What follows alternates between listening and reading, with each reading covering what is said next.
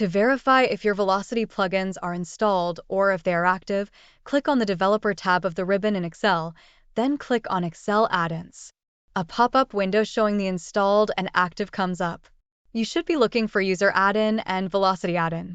If you don't have these listed, then you need to get these installed before proceeding any further. If the checkbox in front of the two add-ins are not checked, please check them to make them active. Click on OK to close the add-ins pop-up. In case you do not see the developer in the ribbon, click on File, followed by Options. A pop-up showing Excel options comes up. Select Customize Ribbon from the left panel, and then click on the developer box under the Customize the Ribbon options.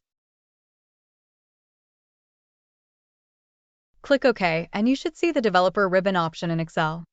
Once the plugins are installed, they won't be visible unless you're working with Boardwalk workbooks. This means that when you're working with your regular Excel workbooks, these add-ins won't be accessible or visible.